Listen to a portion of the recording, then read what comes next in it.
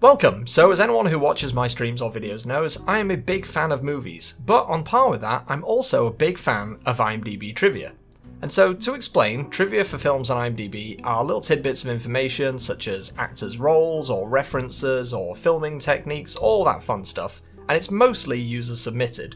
And that really leads to some gold, or silver, or I guess that weird stuff that's peeling off your kitchen pipes. So I thought, why not dig into that with some hand-picked films? Let's just call this a pilot episode of whatever this is, it doesn't even have a name at this point, and let's say that this one's going to be about Knives Out. So, I've picked several pieces of trivia, from the interesting to the strange. Knives Out is a 2019 murder mystery film with inspiration taken from Agatha Christie's novels, especially the stories of Hercule Poirot, which I still don't know if I'm pronouncing right, somebody correct me. Directed by Rian Johnson, fresh off of completing The Last Jedi, or not so fresh depending on your opinion of that film. But we'll not worry about that right now, because we're going to talk about Knives Out. And Knives Out, in my opinion at least, is actually really brilliant. The movie follows the investigation into the death of mystery novelist Harlan Thrombey by the private detective Benoit Blanc. Daniel Craig, what a guy. His accent, I mean, given I'm not American, I can't really judge, because I couldn't do much better, but it's really something. If you've ever seen Logan Lucky, it's kinda like that as well. The film twists and turns through various accusations and stories as Blanc tries to connect one of the several suspects, mostly Thrombey's family, to the death of the patriarch. Okay, now that you're caught up, mostly, let's just get into it. I think you can probably guess this video is going to contain spoilers, so if you haven't seen the film, I would really recommend doing so. But just make sure you come back afterwards, right? Because that's nice of you. Just watch the film, it's worth your time. Okay, let's get into it. Number 1. Let's start as we mean to go on, and by that I mean let's never bring this up again and get it out of the way first. According to Joxer Jackson Vane of Hi Everybody, a Bad Medicine podcast, and I'm assuming that's a Simpsons reference, thank you, I love it, Knives Out is, and I quote, 140% medically accurate. I'm not sure how they reached that exact number, but according to our trusty trivia, that means the film is considered 40% more medically sound than The Human Centipede, which marketed itself as 100% medically accurate, and is used as a baseline for comparison. By who? Who knows? Now, I've no idea why Human Centipede is used as a comparison there, but there you go, you've learned something. You've learned that a tightly written, well-directed, massively well-funded Hollywood blockbuster, starring multiple Academy Award nominees and Golden Globe winners, is more accurate to real life than a film about people literally eating shit. And while we're on that topic, when Ransom, the victim's grandson played by Chris Evans, tells his family at the will reading to eat shit, he was originally supposed to tell them, fuck you.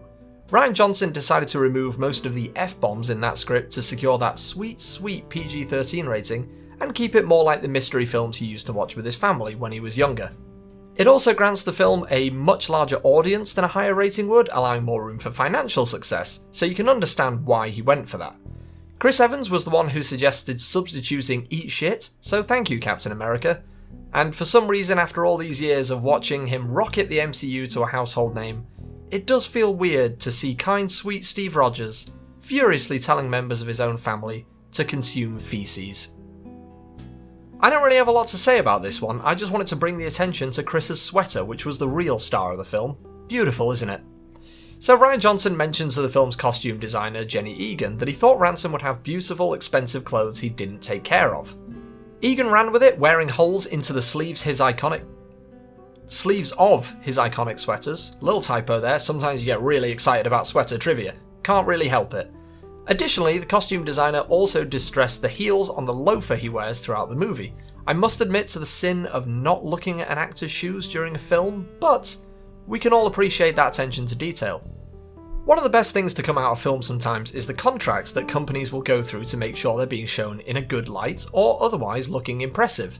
So much like James Bond can't be shown without his Aston Martin or his Rolex and Omega watches, the villain of a film cannot be shown with an iPhone, MacBook, or AirPods. Apple agreed to have their products used in Knives Out on the condition that no Apple products could be used by the killer. Notably, Marta does not use any Apple products, further enforcing the idea that she was responsible for Harlan's death until the final reveal. This one. This one gets me. I love that this is a thing. And even better, I love that somewhere someone was in a cinema knowing this fact, watching this film, and they must have nudged their friend and pointed at Ana de Armas and said, she did it. You see that? That is a Samsung Galaxy. Sketchy as fuck she is. Marta said she has to puke at the thought of lying, and did so earlier in the movie. When interrogated by Blanc, she didn't puke immediately, but at 0 hours, 44 minutes and 45 seconds, you can hear her stomach. This is peak movie details right here, and you know what? Upon rewatching, it's true. And now I'm not sure if this was spotted by someone immediately, but if it was, bravo, because that person must have astounding hearing. And yeah, it's right there. There's been a lot of talk about bodily functions in this video. Sorry. I'm putting this one here as a shining example of what IMDb does best, which is pointing out actors. So Emmett Walsh, the estate security guard shown with Daniel Craig and Lakeith Stanfield, also played a security guard in 2001 Season 9 Episode 11 of Frasier as Martin Crane's boss. Now, to be honest, not the most interesting fact in the world. However, if you spend any time at all on IMDb, you'll notice this is the kind of info you'll come across the most. And I guess fair enough, Emmett Walsh played a security guard. Twice. In a 50-year career. I guess if we're connecting things, he was also in Blade Runner, and Ana de Armas was in the sequel. That's pretty fun, right?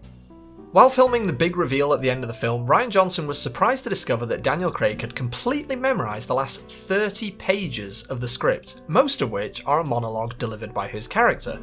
Now I bet Mr. Johnson would have had his mind blown if he met some theatre actors, but I digress.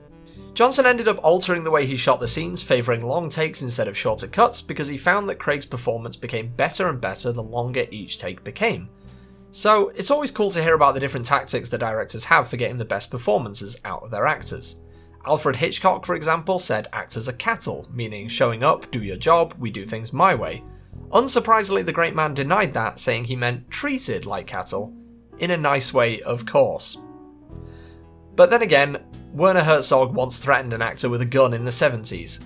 Luckily, it seems that Johnson's plan was just to take his time with it, although I'm sure Daniel Craig felt the after effects, and the poor man's got a family.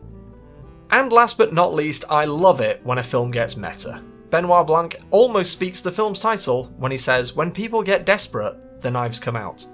No, it's not that exciting, but it's always funny when you can look at a film and go, he did it! He almost said the thing! And that's that. 8 random pieces of trivia on Knives Out. I'm a huge fan of this murder mystery film. I can't wait for the second one. They're announcing casting right now. And honestly, these videos just feel like an excuse for me to ramble about films that I really liked. Or films that I hated, but you never know, we might get to those in the future. Overall, I would give Knives Out 9 general layers out of 10 Chewbaccas. I don't know. But hopefully you enjoyed watching this. I know it's very different from me, as I'm usually 100% in with gaming content, but I wanted to branch out a bit, and movies are like my biggest other love. So let me know what you think. Give it a like, subscribe if you're interested in seeing more, and I'll catch you next time.